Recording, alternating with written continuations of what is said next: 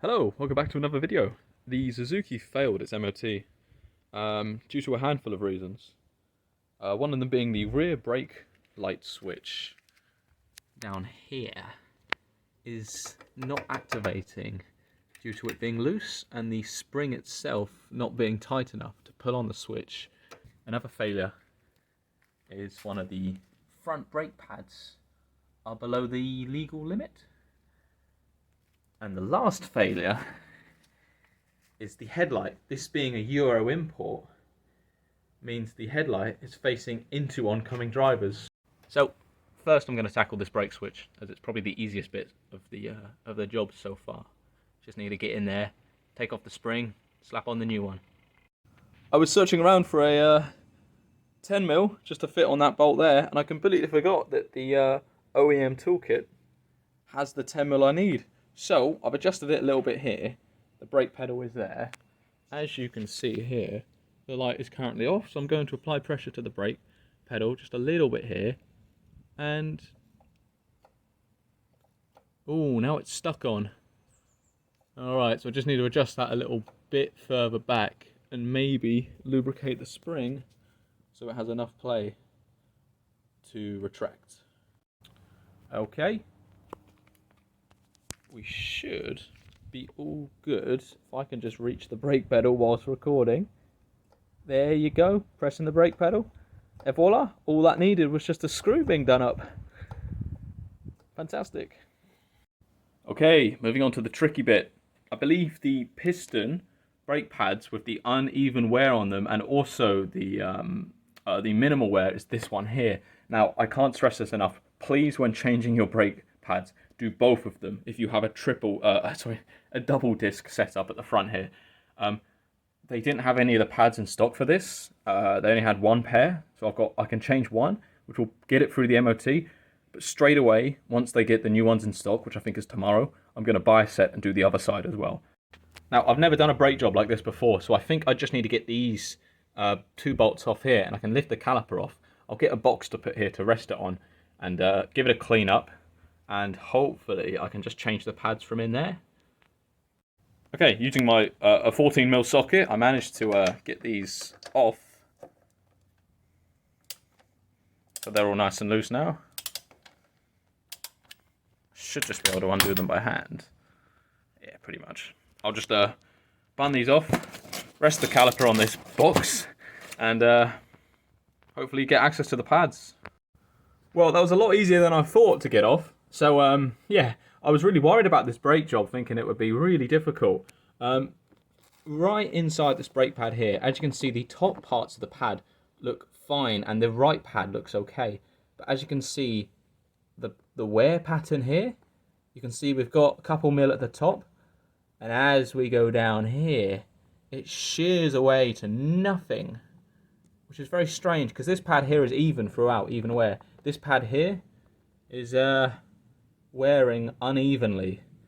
As pulled up on the MOT here, it says my disc has uneven wear on it as well. So I'm not too sure if it's down to the piston inside there not being lubricated properly or not pushing fully. But nonetheless, I need to change the pads. So yeah, let's get these out. So I watched a few tutorials on how to do this because I'm unsure actually on how to do it. There should be a retaining bolt holding the pads in place, and I should just need to undo that and the pads should fall out. The videos I was watching were a little easier. I don't know what pads they were, calipers they were working on, but these look a little complicated. Shouldn't be that difficult. Okay, turns out there was a plastic cover holding the top in place, so I've just exposed the top end here. I think it's on the other side, and it's a weird sort of pin system going on in here. So I'm unsure on how to get these out, as they're opposed pistons, rather than it just being one plate on one side of the piston where you can just pull out the plate and slap in a new one. It's two facing each other, which is a little bit annoying. I think I just need to pull these pins out here somehow. Alright, well, I've figured out a method to get these pins out. All I'm using is a small pair of pliers just to grab at these pins. And, well, you just pull them out, and in theory, those discs, pads, sorry, should just drop straight out the bottom. Of course, I'm trying not to kink this hose. It should be okay. It's well elevated above where it should be. So yeah, all I need to do is just drop them out, pull out these pins, and the pads just fall out. So yeah, hopefully I could get this all done. Et voila, pins removed. And in theory, these should just drop out down the bottom. Fantastic. So here we go, these are the old pads. Those are the retaining pins for the safety things here, for the safety pins. Some other retaining clips as well, some back plates, and of course here are the pads themselves. Here, this one here has got, yeah, the uneven wear. You see that's right on the edge there, which is terrible. Okay, well once you've got the old pads out, of course the new pads are going to be thicker. So what you want to do is use something, even your hands, to squeeze those pistons back in gently and evenly. And what you want to do is take some fluid out the top reservoir, because what's going to happen is as you squeeze those pads back in and you retract them, fluid is going to squirt right out of this reservoir here. So take some fluid out, because you're going to need a little less just so it's not tight. Now, once you've got the back brake pads out and this is empty, do not touch this lever. Just don't touch it. Because if you pull those pistons in and there's nothing to press against, then they're just going to squish against each other. And yeah, well, good luck trying to get them pried apart again.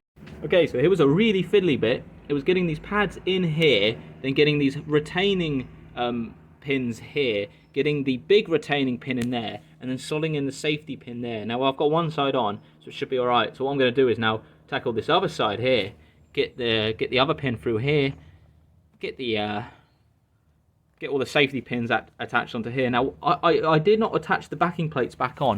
I read somewhere that these plates, I don't know what they do, and I don't know why they were there in the first place, but what I'm going to do is just put it all back together and see if it works completely fine without the backing plates, because the piston is applying pressure to the pads, so I don't see why this system shouldn't work. So let's see what happens.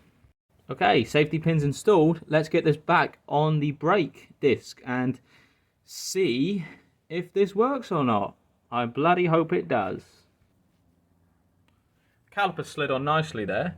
Had to adjust the brake pads a little bit, just stuffed a screwdriver in between them and pushed them apart just so it would fit on nicely. So yeah, I'm going to do up these bolts nice and tightly, put the reservoir back on, spin the front wheel and see if it's alright. Hopefully this should be okay. Okay, pumping and priming the system. The brakes seem to activate a lot sooner than they did before. I had a little bit of a spillage from the oil fluid as I put the reservoir seal back on there, of course, because it presses the fluid down into the base. But running all down here, we look pretty nice and tidy on here. I've done the bolts up reasonably tight, and feeling this, there's no locking. It's not like the pads are locking against it. So I'm going to spin the front wheel, see if it runs nice and smooth with it out, and then of course apply the brakes, maybe take it up and down the road for a test ride. Well, it's all back together. The brakes rub a little bit, but it should be okay, because I think the brakes just need wearing in a bit. I think all the brakes rub on these pads. Once, of course, I've worn them in for the first 10-15 miles, just very gentle, gradual braking, and suddenly squeezing it on. Rather than squeezing it on rock solid every time, just give it a nice gradual stop, which means you're pulling in that lever, just and out again, not just bam, bam, just. So that should be the braking period for the brakes, as I read online. So hopefully, yeah, this should be all right. I just need to adjust the front headlight, and let's go give it a MOT retest. Yeah, so the Suzuki passed its MOT. What they had to do with the front headlight was tape it up to push it to the left, just for it to pass, which is very funny. Of course, I'll be taking the tape off. It's not that bad. It's really not. I rarely ride this thing at night anyway. And of course, there were some advisories on the pads on the other brakes. Of course, those will be changed when I get the part tomorrow. So yeah, it's as simple as that. Of course, the next job is change the pads at the rear and change the other disc at the front. But the bike braked a lot nicer today. It was a lot more firmer, a lot more gradual. They're nice organic brakes on these, so they're really nice. Yeah, so get all the brake pads sorted on this bike, and she'll be a lovely little runner again. Of course, negligence on my behalf. The pads were worn down a lot, so please, I'm always learning with these bikes. I always just thought, hey, as long as the brakes still work, there can't be anything wrong with them. But you know, the fluid was low. It was pressing pads against worn surfaces, it wasn't great. So yeah, giving me a bright idea to check the brake pads every now and then. So good idea just to change all of them, and they should be alright for a couple thousand miles. Fantastic. Hopefully I'll see you all in the next video.